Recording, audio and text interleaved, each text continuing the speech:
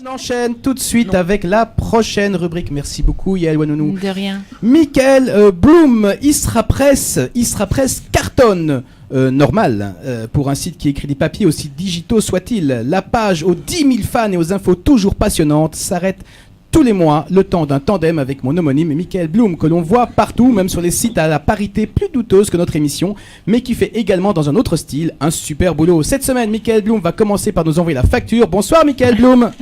Bonsoir Michael Wolf. Ouh, je t'entends pas très bien. Parle un peu plus fort mon ami. Michael peut en cacher un autre. Bonsoir aux chroniqueurs ce soir.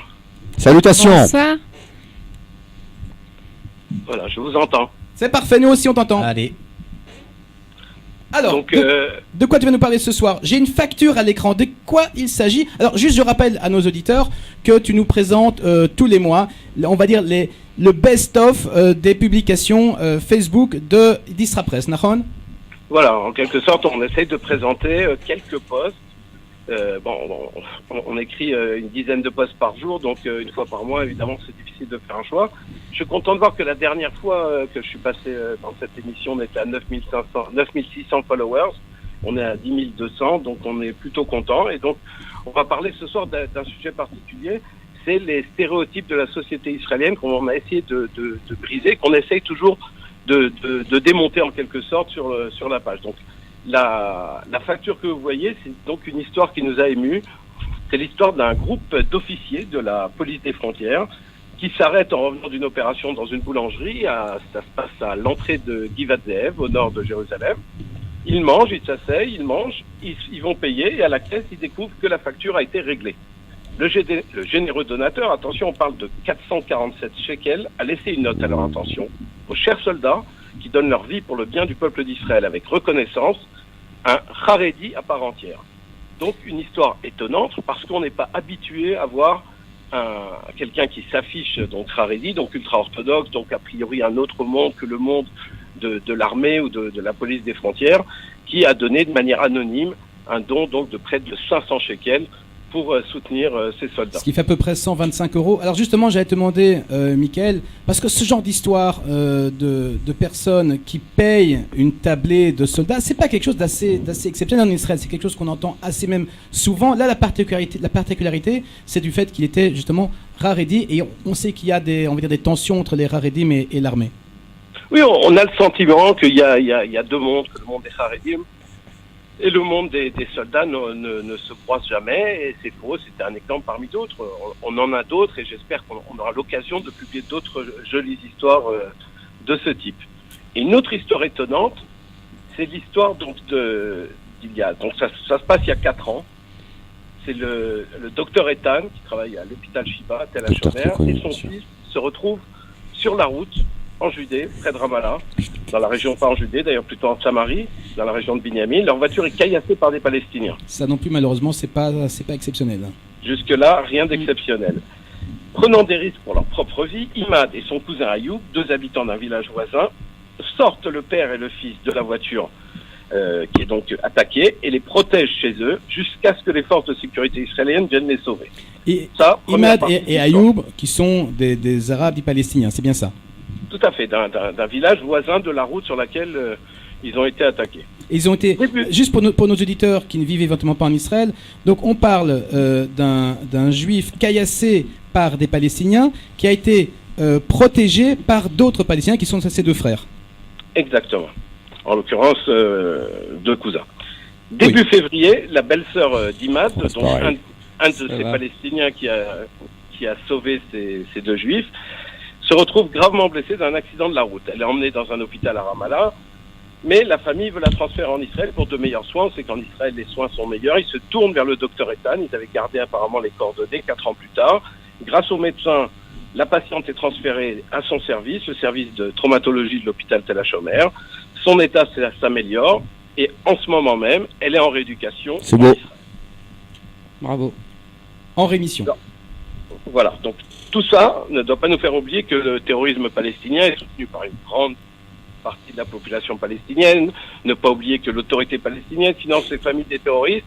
Et là, ça nous amène à un drame. On s'en souvient, il y a 6 mois, l'assassinat de Harry Foult, un militant sioniste connu, habitant d'Efrat, qui est blessé par des coups de couteau par un Palestinien dans un centre commercial dans le Boucher de Sion.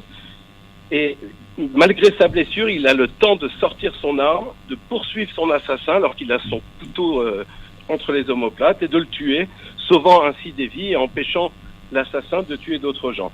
Et pourquoi on parle de ça 6 mois après? C'est parce que il y a quelques semaines, sa fille, Tamar, s'est mariée et on a voulu en parler. On a publié donc la photo du mariage, un mariage qui nous a émus et qui nous a rappelé aussi le message de Harry Foult qui toute sa vie a lutté pour défendre une image d'Israël. Dans le monde, il était d'origine américaine, il passait beaucoup sur les médias anglo-saxons pour défendre Israël et le droit d'Israël à sa sécurité, à sa liberté et à son intégrité. Alors je voudrais poser une question, Mickaël, si tu me permets, à nos chroniqueurs. Ça a fait beaucoup de bruit sur les réseaux sociaux, cet assassinat d'Harry Foult. Qu'est-ce que vous avez ressenti, vous, avec toute ces images de ce héros d'Israël? Parce que je pense qu'on ne peut pas l'appeler autrement. Quel était votre ressenti à ce moment-là? Ils sont stoïques.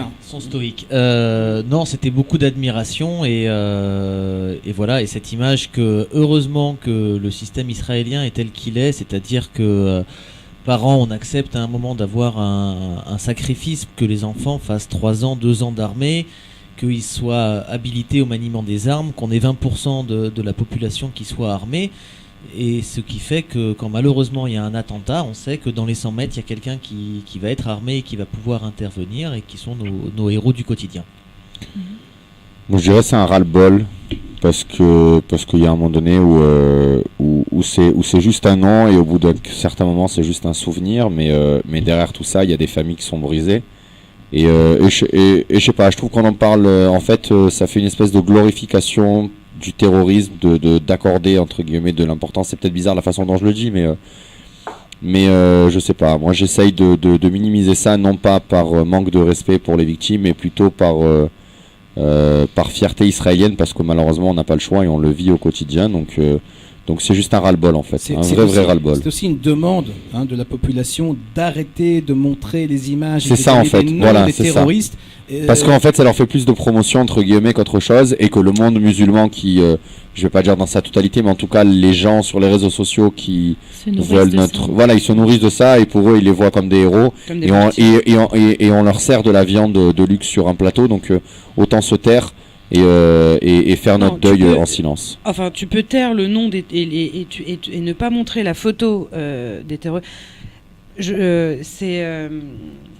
Tu peux ne pas le dire, mais tu es obligé de parler des victimes. Tu parles des victimes, tu parles pas du terroriste, tu donnes pas son nom, tu montres pas son visage, tu l'oublies, mais les victimes, tu dois en parler. Parce que c'est déjà, c'est déjà tellement difficile, comme tu dis, pour les familles qui sont brisées. Si en plus aujourd'hui tout va tellement vite dans les médias, tu passes d'un truc à l'autre, d'un machin, etc. En plus, malheureusement, les actes terroristes en Israël, c'est très souvent en Amérique, etc.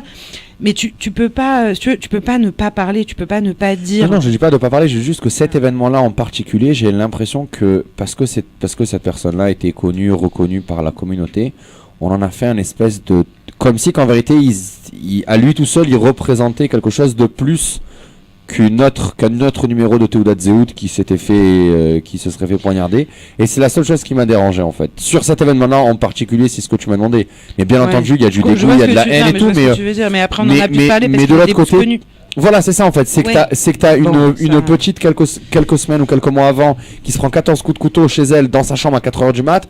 Ça a fait les journaux pendant 2 jours et après allez hop, on passe à l'augmentation des salaires, à l'augmentation des loyers, à Bibi avec ses la jeunerie qui a été massacrée, il n'y a pas d'autre terme tout récemment. Non, mais on en a parlé beaucoup. Oui, on en a parlé beaucoup, mais attends, moi il y a un truc qui m'a de vachement dérangé.